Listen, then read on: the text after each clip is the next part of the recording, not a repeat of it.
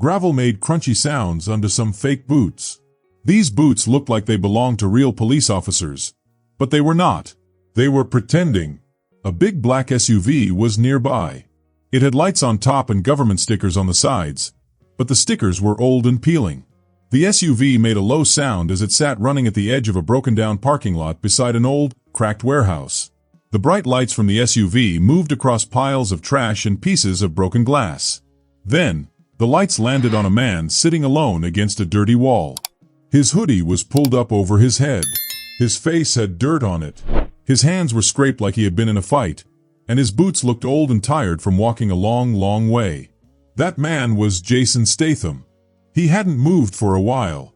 The men in the fake boots walked around him like hungry birds, thinking he was nothing. One of them kicked Jason's leg. Another one laughed and pulled out his phone. He started recording a video. They didn't think Jason was dangerous. They thought he was just another poor person with nowhere to live and no one to call. Jason didn't move at all. Even when one of the men crouched in front of him and made fun of how he looked. Even when the baton made tapping sounds on the ground. Even when they said mean things about him. Jason just blinked once and looked away. Then one of the men leaned too close, laughing. What happened next was so fast that no one saw it coming. Jason moved like a flash. One of the fake cops screamed as his wrist bent the wrong way. The phone dropped and slid across the ground near a broken shopping cart. The tallest man stopped moving. He reached for his baton and tried to hit Jason. But Jason stood up. He didn't rush. He didn't try to look cool. He just moved in a way that showed he had been through worse things and still remembered every second of it. His eyes were cold. So cold that the silence around the warehouse suddenly felt loud. The fake cops stepped back. They were scared now. They knew they weren't real cops. They were just pretending. Jason walked away from them. He didn't leave behind anything but silence and a strange feeling in the air, like a storm was coming. The next day, a video was all over the internet. It had a silly title and silly tags like, "Crazy homeless guy beats up cops." People didn't even care if the video was real or not. They just watched and made comments. The views kept going up. But Jason didn't watch the video. He was already gone. 12 hours earlier, Jason had been standing quietly in a small community kitchen. The lights were too bright and made everything look sad. People stood in line, waiting for food. Nobody talked. Nobody looked at each other. There was a little girl in the line, maybe 7 or 8 years old. Her mom held her tight, like she was afraid to let go.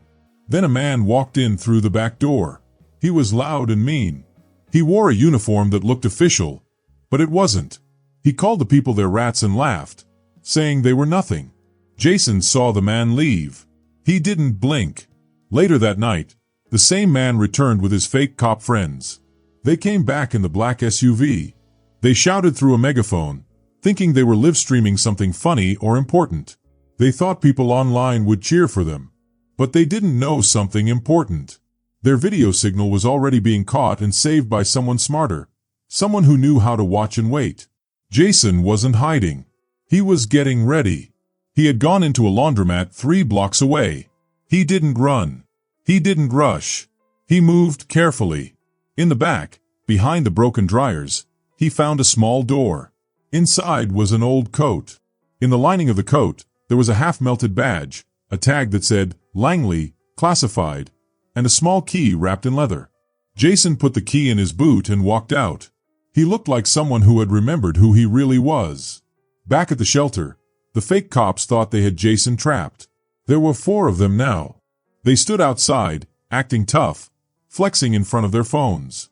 They thought they were making another cool video. But Jason came from behind them, quiet like a shadow. He looked inside the SUV and saw ropes, stun gear, fake ID cards, and guns. These guys weren't just playing dress-up. They were dangerous. Jason closed the trunk. The sound made them all turn around fast. They saw him, and fear hit their faces. Jason didn't fight to show off. He fought to stop them. One of the men dropped before he could even move. Another tried to swing a baton. Jason caught it, bent it around his ribs, and left him on the ground. The third man ran away. Jason didn't chase him. He picked up the phone camera they were using and crushed it under his boot. But that video, it had already been sent to the right place. Across the city, in a real police station, a real officer watched the footage. He zoomed in on Jason's face and didn't say a word. He just stared. Then he whispered something, a name he hadn't said in years. It was like seeing a ghost. The rain started falling. It wasn't loud, but it covered the city in a soft, gray blanket. The kind of rain that made everything feel serious. The officer didn't move. He kept looking at Jason's face on the screen. He remembered him, and he knew something big was coming. Back in the city, the fake cops still hadn't learned. One of them was bruised. One was limping. One was missing. The other two made up a story, saying they were attacked by many people. They said they were lucky to be alive. They fixed their lights, cleaned their gear, and posted new videos online. People left comments. Some laughed. Some believed them. But nobody knew what Jason was doing next. He wasn't sleeping on the streets anymore. He had gone underground. In the back of an old dry cleaner shop, Jason opened another case.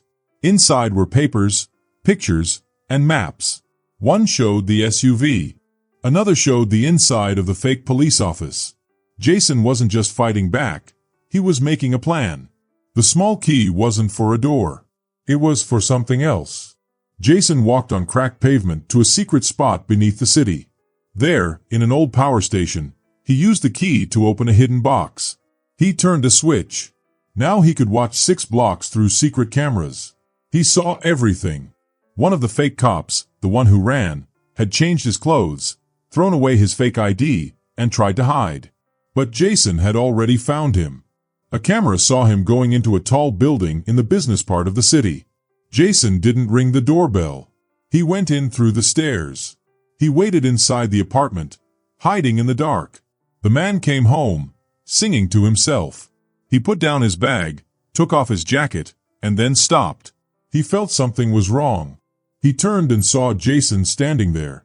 Jason didn't hit him. He didn't say anything.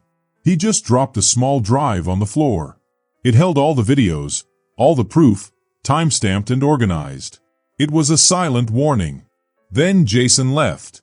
The next morning, that man was gone. Meanwhile, the last 2 fake cops were back at their fake station. It looked like a small office, but they had made it look like a community help center.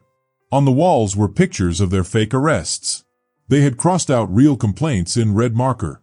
This wasn't a game to them. It was their job.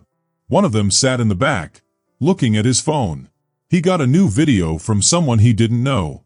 It showed them being beaten by Jason. He shook with fear. The other told him to delete it. But Jason was already in the building. He came in through a side door. The hallway had fake police files all over the walls. The light above blinked on and off. Jason moved silently. In the main room, the lights went out. The backup lights turned on, but they weren't very bright. Jason stood in the doorway like a statue. One man saw him and grabbed his taser, but too slow.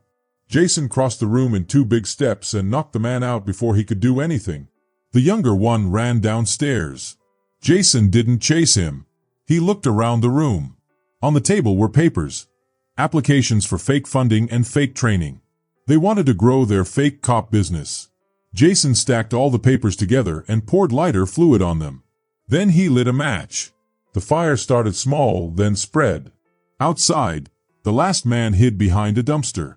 He pulled out his phone to call for help, but it didn't work. Jason had cut the signal. And that was only the beginning. He was already standing on the roof, watching everything. He was quiet. He was calm. He didn't need to run after anyone. He knew they were scared. By nighttime, everyone in the city had heard what happened. The bad guys, who were pretending to be police officers, were gone. Their building was burned down.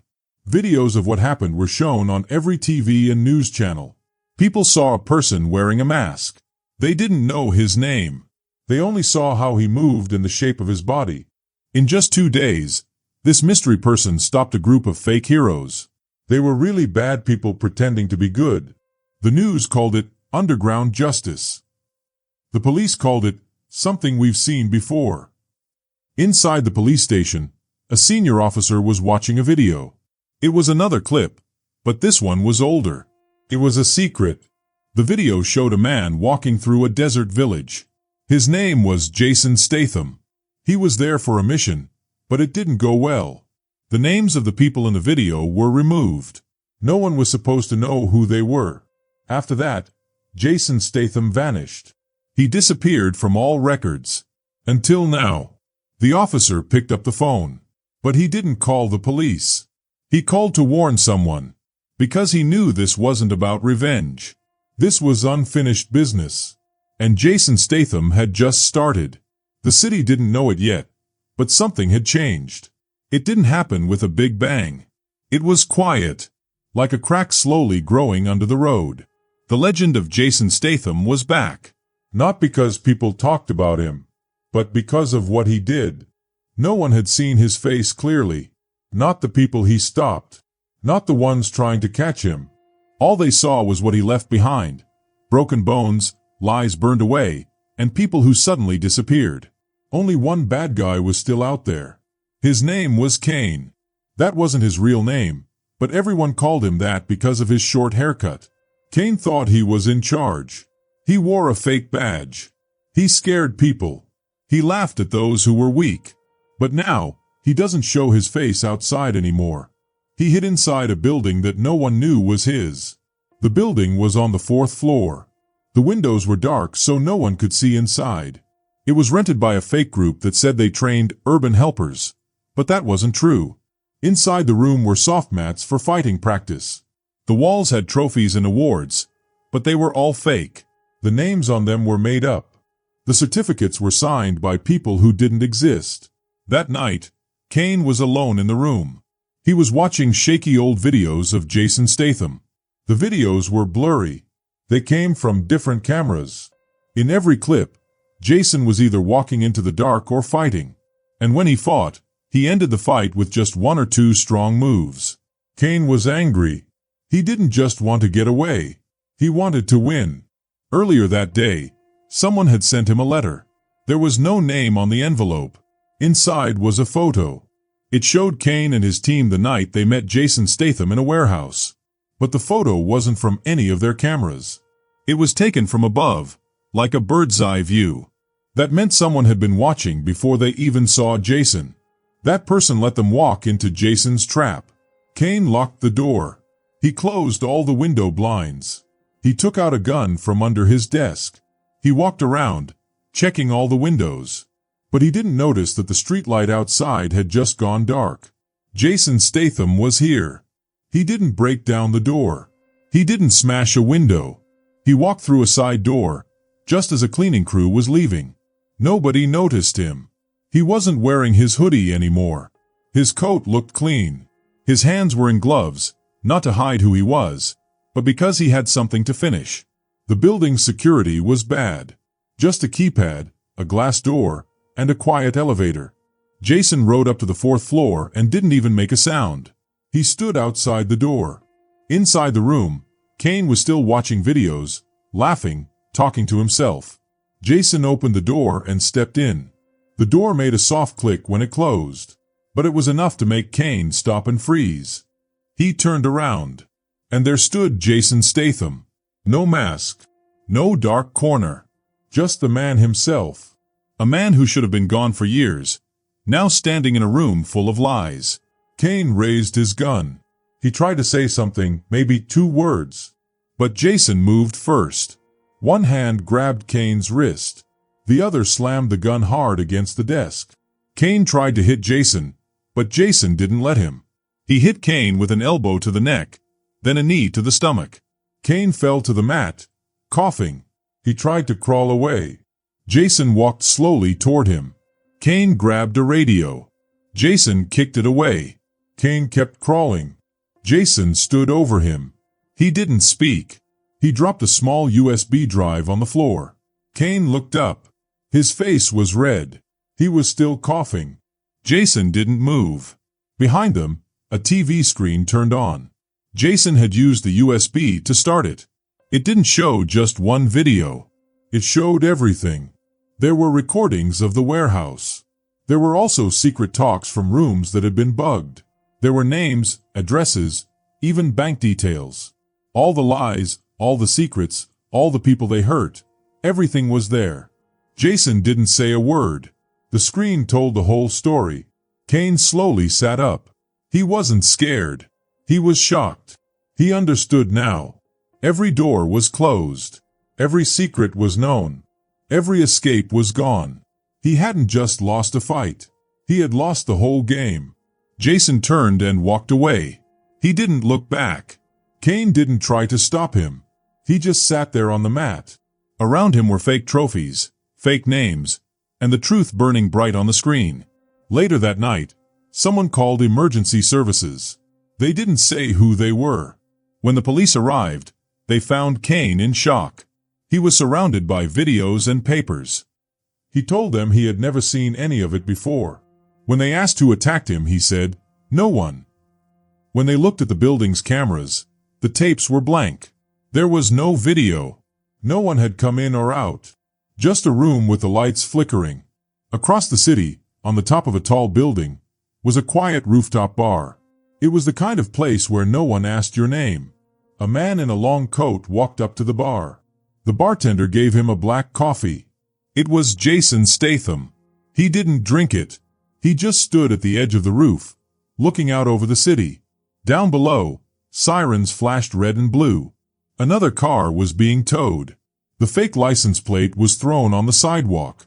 More files were already moving. Real police officers. Real judges. Journalists who had waited for proof were getting everything now. Jason Statham never wanted to be famous. He didn't want to be a hero. He wanted justice. And now that it was done, he disappeared again. But not into the shadows. He disappeared into the world. A place where no one would expect to find him.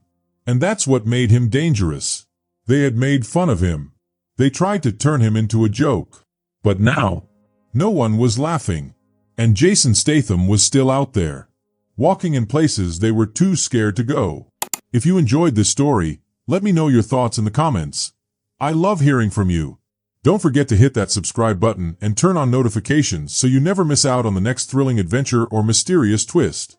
Thanks so much for watching, and I can't wait to see you in the next video. Until then, stay curious and keep exploring.